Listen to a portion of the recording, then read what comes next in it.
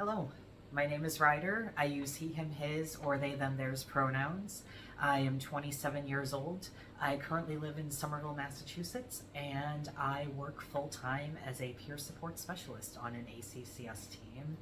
And today I will be sharing my recovery story with you. So, a little bit more about myself.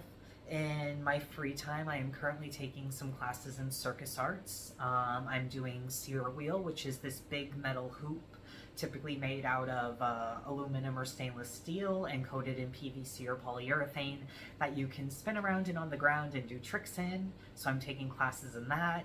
I also juggle, mainly with beanbags and clubs, and I also make balloon animals. Aside from that, I go to church twice a week, once on Sunday for the Sunday service, and once on Tuesday nights for a Bible study. I read my Bible every day, and along with that, I also do my juggling practice every day. I go to the gym usually 1 to 2 times a week, depending upon how much I'm training at the circus studio. If I'm training there more, I'll go to the gym just once. If I'm training there a little bit less, then I'll go to the gym twice typically. I also like to eat healthy. I eat lots of fruits and vegetables. My current favorite fruit is blueberries, and my current favorite vegetable, although it's technically a fruit, are those little tomatoes. Like the little cherry tomatoes. They're so good. And outside of that, when I have some free time, I love to watch cartoons. My favorite, of course, being SpongeBob. And outside of that, lately I've been watching the Powerpuff Girls. And I've also been on a kick of watching a lot of Christian musicals lately. So, kids' cartoons and Christian musicals. So, overall, I would say that things are going pretty well in my life right now. But things weren't always like this. To start it off, I had a very difficult childhood. I'm autistic, and I went most of my life not knowing that. I never received a formal diagnosis. Because of that, I had a very hard time interacting with people and making friends and forming connections with people. I remember when I was a kid and people would come by to visit, or I'd be at school, people would tell me, like, oh, like, why don't you go talk to so and so or be friends with so and so? And I didn't know how. And when people would come up to me and ask me a question, like, hey, like, what's your favorite game or what's your favorite color? I would be completely silent because I did not know what to say. I did not know how to respond, and I did not even know that people were expecting a response from me. So, because of that, I was labeled as the weird kid, the shy kid, and because of that, I was often bullied in school. Um, I was never like physically like beaten up or anything like that, but I was often made fun of, whether it was to my face or behind my back. A lot of the times it was behind my back, and I would find out about it later. And I think I was made fun of more than I realized, because there were a lot of times when I just remember people acting strangely around me, and then they'd all be laughing, and I was the only one that wasn't. So I'm assuming that at least some of that was at my expense, and I just didn't know what was going on. So I was like bullied and teased at school, and things weren't the best at home either. My parents were actually neglectful and abusive. My parents were physically abusive, emotionally abusive, and my memories are a little foggy on this, but I do believe that one of my parents was sexually abusive, just based on some memories that have bubbled up over the past couple of years that I'm starting to put together now. I could be wrong, but I believe that's the case based on the memories that have been coming up over the past few years. So I was abused at home and I was bullied at school, but no one really knew what was wrong. Because I was a straight A student and I was considered fairly well behaved, no one ever knew that anything was wrong. And because of that, no one ever bothered to help, no one ever bothered to intervene. And that was that. Then when I was 12 years old, my parents were getting divorced, and it was a very like violent, messy divorce, I remember them like screaming and yelling at each other. I remember my dad would get like angry and throw things. And there was one time that the cops were called because things got a little too violent and we had to go to my Nana's. So that was a really difficult time because of that. I was also switching schools because I had recently gotten into an exam school that went from grade 7 to 12. So I was switching schools because of that. And also, you know, I was 12 years old. I mentioned that, I think I may have mentioned before that I'm a transgender man. I was assigned female at birth, but I identify as male. I was going through puberty at that time, but the changes that were happening to my body were changes that I was not happy with. I remember just something felt very wrong and I felt very uncomfortable in my own skin. I remember I would often wear just like very baggy like sweatpants and hoodies because I wanted to hide the newly forming like curves in my body. And when people would make comments like, oh, you're going through puberty, you're becoming a woman, like I would just, like I just wanted to cry because I felt so like angry and so disgusted with myself and I couldn't explain it. I didn't know that trans people existed. I think I may have knew that trans women existed, but I didn't know that trans men were a thing. So it was just a very difficult time. And I remember with all that going on, the changing schools, the gender dysphoria, my parents' divorce, like that was actually the first time in my life at the age of 12 that I had thoughts of taking my own life. I remember, you know, because my mom was working and it was, you know, I think my Nana was around for a bit, but then she had to leave. You know, I was home. I think my brother was out. I was the only one at home. And I just remember taking this, like, sharp pair of scissors that was in the bathroom and putting them up to my neck. And I remember thinking, you know, I could just slit open my throat right now and I would bleed out here and no one would find me. And that seemed like a better prospect than continuing on with my life as it currently was. The idea of just cutting open my throat, bleeding open on the bathroom floor, and dying before anybody found me at the age of 12.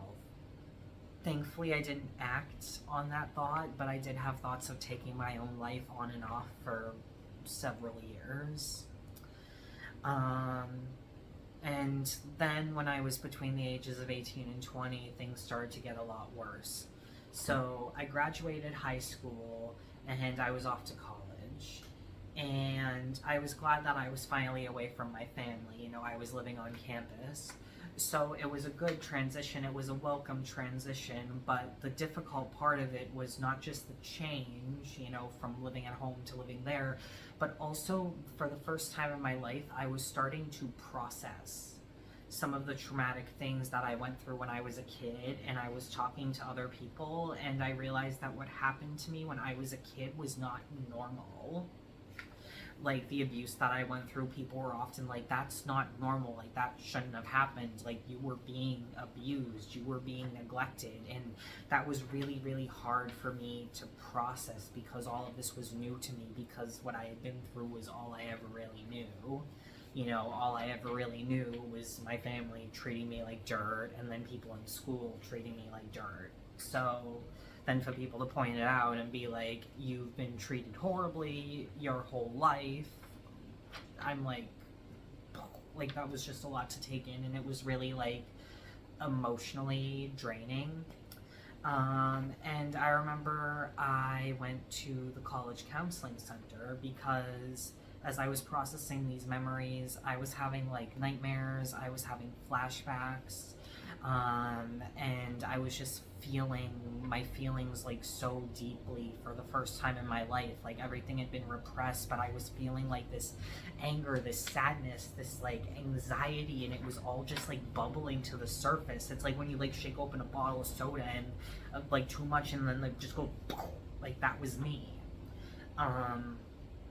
And I remember the first time I talked to someone about how I was feeling was someone at the counseling center at the college that I went to.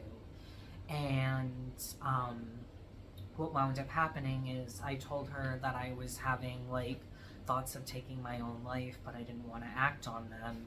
And they very much so overreacted. They did not know how to properly risk assess. I know because I work in mental health and I used to volunteer with Samaritans, the suicide prevention hotline. Um, but I remember that they basically called the campus police, and the campus police took me in the back of their van to a psychiatric holding facility where I was to stay. It was locked, and I could not leave until I had talked with a doctor, and they were going to make the decision on whether or not I was going to go inpatient. I did not get time to take a bag. I did not have time to say goodbye to anyone. I did not have a choice in the matter. I was just thrown in the back of the campus police van and sent to a psych facility for further evaluation. And I remember I had an awful experience there. I remember the food there was disgusting, so I didn't eat anything the whole time I was there, even though I was really hungry. I remember I was there on Halloween, which meant that I couldn't do anything like fun at the time on Halloween. I don't really do anything on Halloween now as a Christian, but that's another story. But yeah, I didn't do anything for Halloween because I was in the hospital. The food was gross, and I remember that the staff there were really mean, and they would laugh at some of the persons served that were like in a psychiatric crisis. Like someone would be having a meltdown and they'd just be laughing at them behind like the glass, like the panel. And I thought that that was like awful. It was horrible, and it made me so angry. And I don't know why, because I had originally intended to be a chemistry major in college. I don't know why, but in that moment, there was something in me that just said, like, you know, if I can get out of this situation that I'm in, you know, just like all of it with my mental health, if I can get out of this in one piece with my head screwed on right, someday I wanted to work and have a job like theirs, and I knew that I was going to do so much better and be so much better than those people because I knew what it was like to be on the other side of the glass. I knew what it was like to be in a crisis, to be struggling with my mental health, to have thoughts of taking my own life. And I knew that if I could get through with that, I want to work in the field and be better than them. So eventually I did talk to the doctor, and I was terrified of going inpatient, so I lied about how I was feeling, and apparently I'm a very good actor, so they let me go, and I didn't go inpatient. They just sent me home in a cab, and I got home at like 3 in the morning. So yeah, that was my first experience with asking for help from the mental health care system. And eventually I did get some help. Like I got set up with like a therapist and a psychiatrist and stuff and blah blah blah. But yeah, I was in and out of psych hospitals like later on for a while, because I couldn't keep myself safe, because I actually did try to take my own life on more than one occasion. So I was in and out of psych hospitals. I had a therapist that I met with like twice a week, which isn't normal, but I was like a very critical case apparently, so they met with me twice a week. I had met with a psychiatrist like once a month, like I had everything going on. But with all that, you know, I was getting some sort of help, but I wouldn't say that my quality of life was very good. And I was still struggling with gender dysphoria. Like that was the other thing that started bubbling up again when I was in college. And eventually I did come out as trans, and then I got connected with Fenway Health. The people that connected me were actually folks in one of the psych facilities that I was at. I think it was the 5th place I was staying at. They knew that I identified as trans. They told me about this place called Fenway Health that provides gender-affirming medical care for trans folks. And I called there from the psych hospital and set up an appointment, and then I met with them a couple of times, and then they got me started on the testosterone, and I wouldn't say that things in my life got better after that, but they became like less awful basically. And with all that being said, you know, after that I graduated college. It just took me an extra semester because of the issues with my mental health. I actually wound up failing a class or two. the second semester of my sophomore year because I wrapped up the semester in a psych ward, so I didn't complete a lot of my work. It wasn't just because of that, but with my mental health, I wasn't doing all my schoolwork and I wasn't showing up to class, and then the semester ended with me in a psych ward. So needless to say, I think I failed a class or two and I needed a couple extra credits, so I needed like an extra semester. So 4.5 years to graduate college while like struggling with mental health. I don't think that's that bad because I know a lot of folks like drop out when they're struggling, so I'm glad I like stuck it through. So then there I was 23 years old, I had just graduated college, and I had absolutely no clue what I was going to do with my life. And the reason for that is partially because I wasn't good at planning and being an adult, because no one ever told me how to. But the other piece of the puzzle was because when I was in and out of psych wards and trying to take my own life, I thought that I was going to be dead before I turned 21. So who makes plans when you think that you're going to die at the age of 21? So I had already made it 2 years further than I ever thought I would. It's like, woo, 23, what happens? And I had no clue. So I didn't know where I was going to live, what I was going to do for work. I didn't even know if I could work because of my mental health. So I got out of college, I was staying with my abusive family. I didn't really have a stable housing situation at the time. Like, I wasn't on a lease anywhere, and my family didn't really want to deal with me anymore, so I was just kind of hopping from place to place. One person got sick of me, I'd go to another. I was just kind of wearing out my welcome at that point, and I knew they didn't want me around. But they also didn't want to, like, have the thought on their mind that I'd be sleeping, like, on the street. So they did it really just because they wanted to feel better, but while I was there, they treated me like dirt, so yeah. I did not work during the time because of the struggles that I was having with my mental health, and it was just like a really difficult time, and there were a couple things that helped me. So at the time, I had already been receiving SSI, Supplemental Security Income, and that came in real handy because I couldn't work. So I was able to find a very cheap room to rent in Medford. It was a very small room, it was very cheap. It ate up pretty much all of my check, but you know, between the food stamps that I was receiving then, you know, I had enough food to eat, I had a roof over my head, didn't really have money for anything else, like clothes or whatever. So relying on like donations and stuff was helpful, but yeah, like I had like a bed, I had like a chair, I had some clothes, I had food, and I had a roof over my head. And usually after my utilities and stuff, my share of that was paid, I'd literally have like $20 left over for the whole month. So the only spending money I had was maybe like $5 a week to like go get a cup of coffee, and I really looked forward to that because I really couldn't go out and do much of anything else. Like restaurant, out of the question. New headphones, out of the question. New t-shirt, like out of the question. Everything was just not affordable because everything was so tight, but I made it work. And how that worked out is I literally did not tell my family that I was moving out at the time.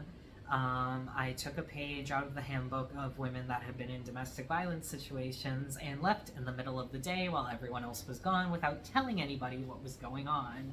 I just kind of like grabbed what I could and like a couple of like trips in an Uber, put them in the apartment, and then after like 3 trips, I think the last thing I got the TV, and then I was done. And then I remember it was at night, and I think my mom came home and saw that all my stuff was gone and I wasn't there, and she was wondering what was happening, and I just didn't respond for like half a year. Like I just didn't talk to her for like half a year.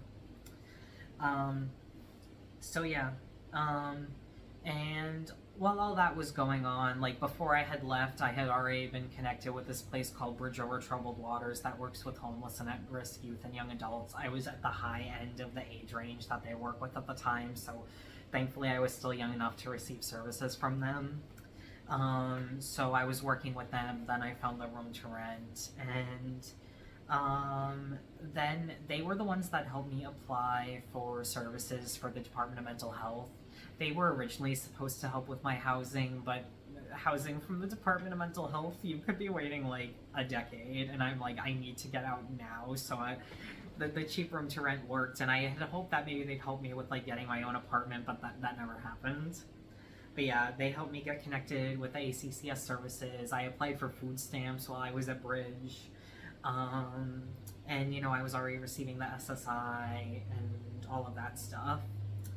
And while that was going on, I had also started going to a recovery learning community, which is basically like a drop-in day program that is run by peer specialists, people with lived experience with mental health recovery and substance use recovery who use that to help others.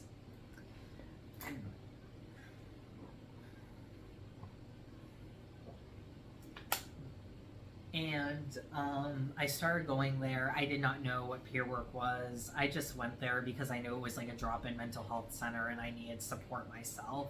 So I started going over there. And while that was going on, they found out that I had used to volunteer with Samaritans, the suicide prevention hotline, for a brief while.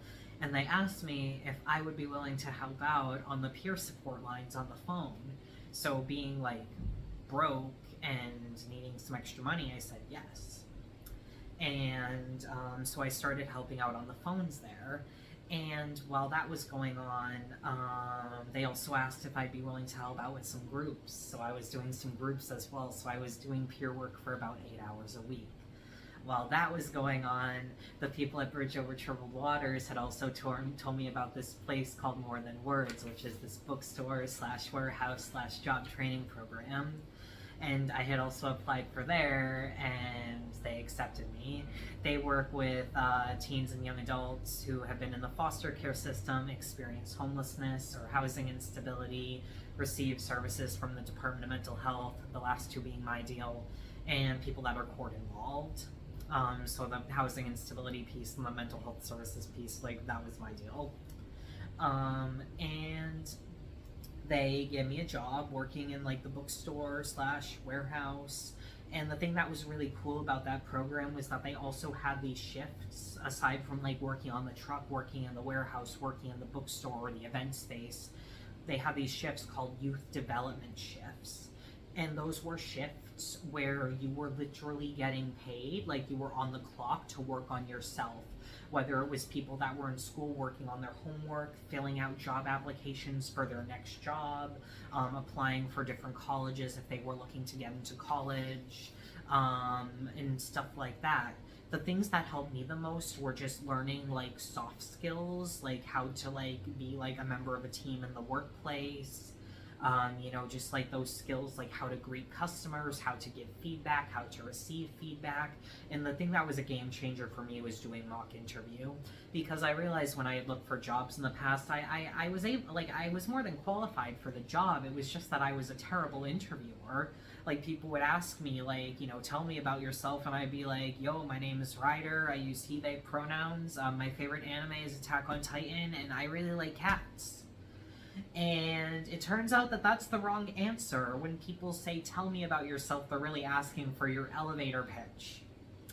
I wish someone had told me that. This is one of those things where, like, being autistic comes into play. It seems like there was some, like, unspoken rule with job interviews that everyone else knew about except me. But once I figured out the rules to the game changer.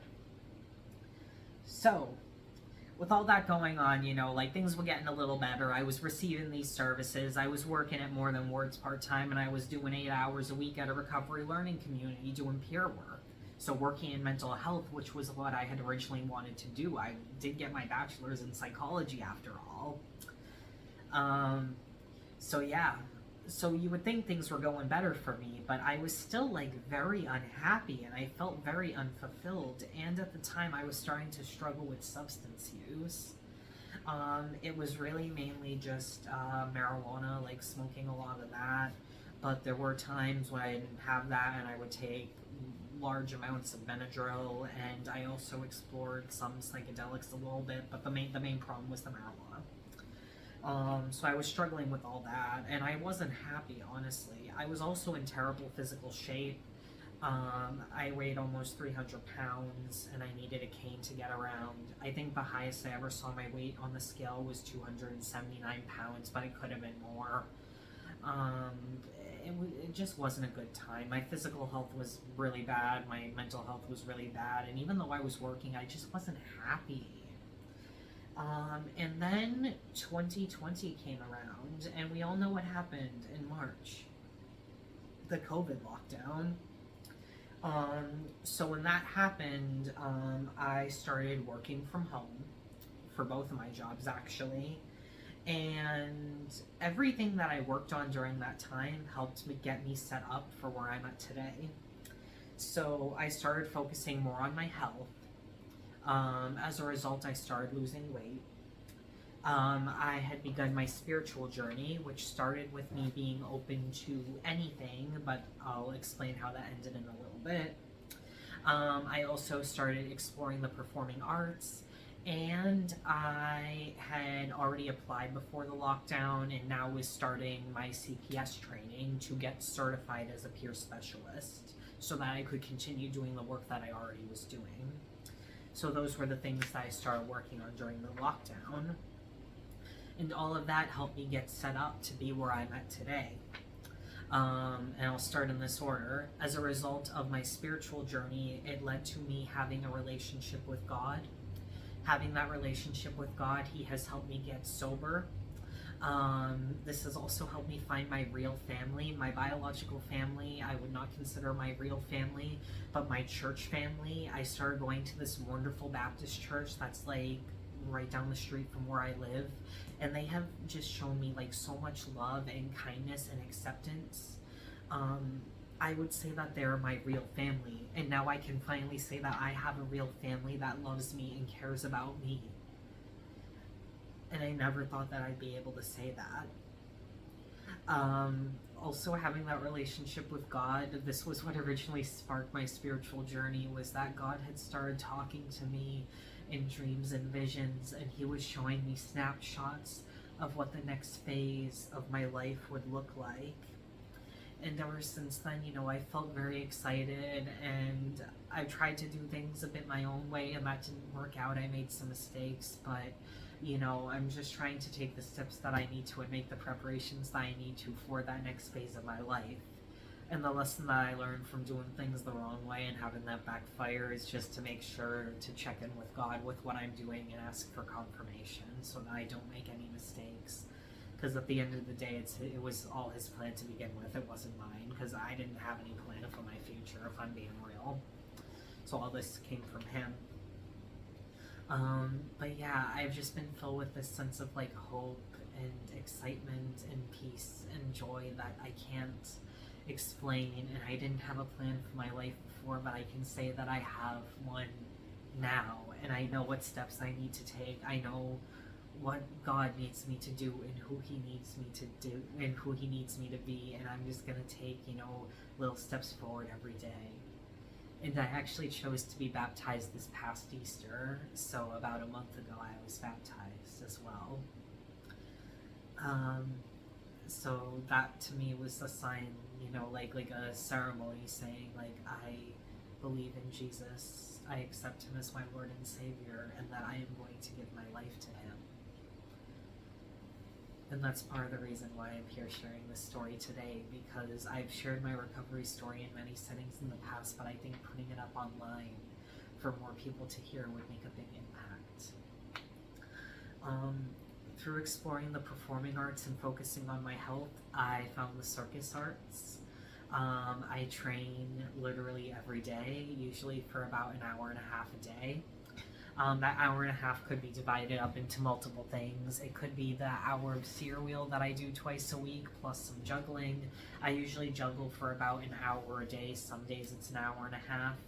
The hour of seer wheel comes into play. Also, my workouts at the gym come into play for the hour and a half of training time. And sometimes it could be other skills like making different balloon animals, learning like a cool dance move or something. So it's really just like an hour and a half of training every single day. Lately, a lot of that training has been my juggling because I'm kind of obsessed with it. And I'm like very close to that 1 year juggling anniversary. anniversary. Um, so yeah, I train every day. It's helped improve my confidence because I'm finally finding skills that I'm good at, and I realize that like if I practice like every day, every week, I'm gonna get better like little by little. So it's made me feel confident in myself. I'm starting to figure out my identity as a performer, and I think a big piece of that is my identity in Christ. And as a result of all this physical activity and the eating healthy, making the changes to my diet, eating lots of fruits and vegetables, cooking meals at home, I've lost over 80 pounds. I finally hit a big milestone a while ago where my weight is in at under 200 pounds. The most recent time I stepped on the scale last week, I was at like, I think it said like 189 point something, so I'm finally at like under 190. One of my big goals, like it's like a smaller goal, I guess, it really is to be at like, I think it's like 185 or something, because then that would mean that my BMI is finally under 30 and I would no longer be considered obese, which would be for the first time since I was like a teenager, which would be amazing. So yeah, and as a result of my CPS training, I took the class, I took the test, I passed, and I am certified as a peer support specialist. And now I work no longer at the RLC that I used to work at, but I work full-time on an ACCS team, similar to the ACCS team that I used to receive services from. And I actually wound up firing my old ACCS team because I found that they weren't very helpful, and I realized that I could do everything for myself like better and more efficiently than they could for me. Like it was just quicker. So I realized, you know, like God's my support network, you know, me and him, like a team, we got this. Like we don't need the team that team anymore. So I said goodbye to that service, and because of the job that I have now, I literally make too much money to receive the services that I used to, like the SSI and the food stamps. I literally make too much money now, so I no longer receive either of those things either. Like I don't receive any of those services anymore, which I think is amazing because I thought, you know, that I would never be able to work, that I was too sick to work, and that I'd be on those things for the rest of my life. But like, no. And I think that's amazing. So yeah, with all that being said, this story is wrapping up, I promise.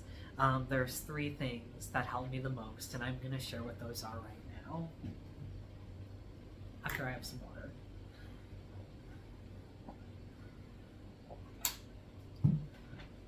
So the first thing that really helped me out was my faith. Like this was the first and biggest thing for me. Having a relationship with God gave me this like unexplainable sense of hope at one of the lowest times in my life. Like after everything I had been through, and then the COVID lockdown coming and seeing all the stories that were on the news, like I was terrified, and I thought, well, you know, my life's been miserable, and now COVID, it's the zombie apocalypse, we're all gonna die. Like, and I know that that's dramatic, but that's literally where my brain went. Zombie apocalypse, we're all gonna die. Turns out there were no zombies, and I mean, some people died, but like I'm still here, and if you're watching this, then you must still be here, so yay. But yeah, I like, it was this unexplainable sense of like hope that came to me at just this like really, really dark time, like after feeling so down and out after everything I had been through, and then the COVID lockdown, and then like God reaching out to have a relationship with me. It's like I couldn't explain it. Like I felt so happy, but I was also confused because I didn't really know what was going on or how to make sense out of what happened, like what was happening. But I had this like hope and this joy at one of the lowest points in my life, and he reminded me that he loved me and was looking out for me my whole life, even the times when it didn't feel like it.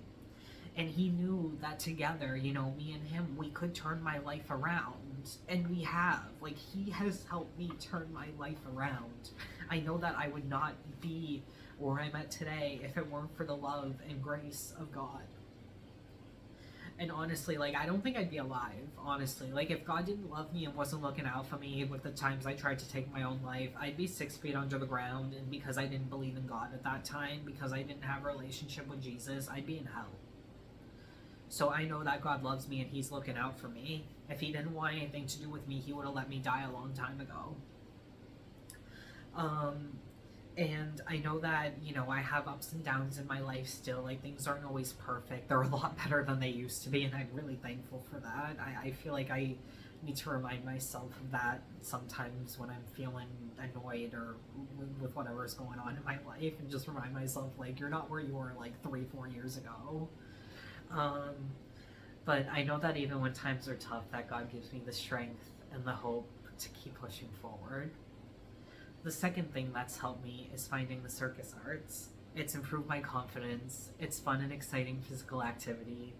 And it encourages me to take care of my health because my body is a tool. So just like a warrior, they might sharpen their sword before they go into battle.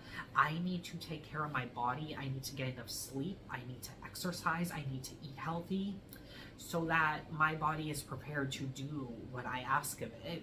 Meaning my training, meaning the sear wheel, the juggling, going to the gym and doing the weight machines, all of that, even blowing up the balloons, because I like to blow them up with my mouth, and that can be like a lot of strain on your diaphragm, it can be a workout.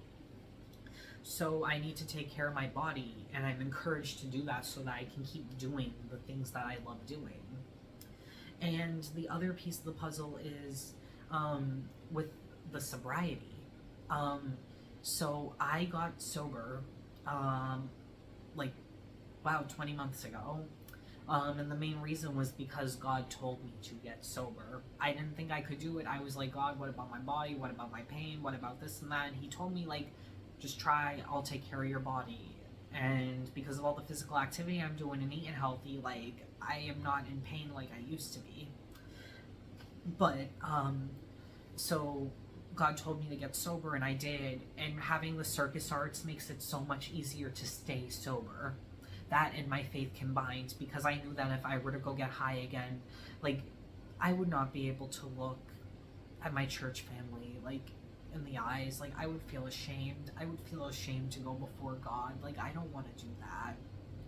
And it also made it a lot harder for me to understand what God was trying to tell me when I was high all the time. I would get very confused when He'd be trying to talk to me.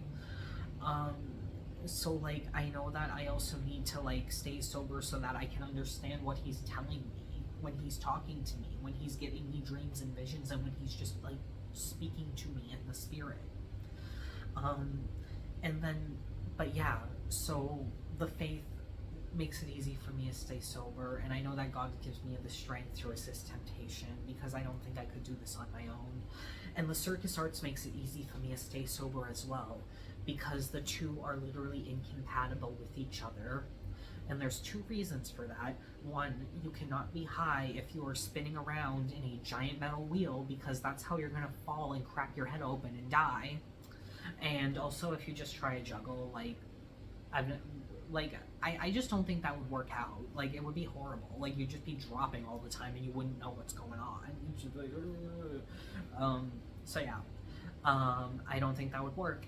And the other thing is the money that I spend for my circus classes, for my gym membership, for new juggling equipment, the amount of money that I spend for training time at the studio, like, every month, it adds up to literally the exact same amount of money that I was spending on substances in the past. I don't have the money for both, and I'd rather the money go to the circus stuff, because that is a hobby that I can, like, that it's like a real hobby, and it's something that I'm getting better at, that I enjoy doing, and, like, I don't want to stop. So I have to keep going, and I have to stay sober, because I love God and because I love the circus arts. And now the final thing that has helped me has been finding meaningful work. The work that I do as a peer specialist, what I do for my work, I meet with people one-on-one, I help facilitate groups, home visits, I do all that stuff. I help with events as well, and I share my recovery story. Um, but basically, the work that I do, like, I use my lived experience with my mental health recovery and my substance use recovery to help others that are going through similar struggles. So I'm able to give back to the community and to help others who have been in my shoes. I'm able to take the dark parts of my life and turn them into a source of hope and healing for others. And I think that's amazing. Like, I realize now that when I was going through all of the struggles that I was going through, that God wasn't just having me suffer needlessly. It all had a purpose. I went through that. He knew that I would get out of it, and He knew that His plan was to restore me and to bring me to an even better place. But I think He did that because if I wasn't so down and out, I would not have been open to having a relationship with God. So He made me go through those dark times so that I could be saved.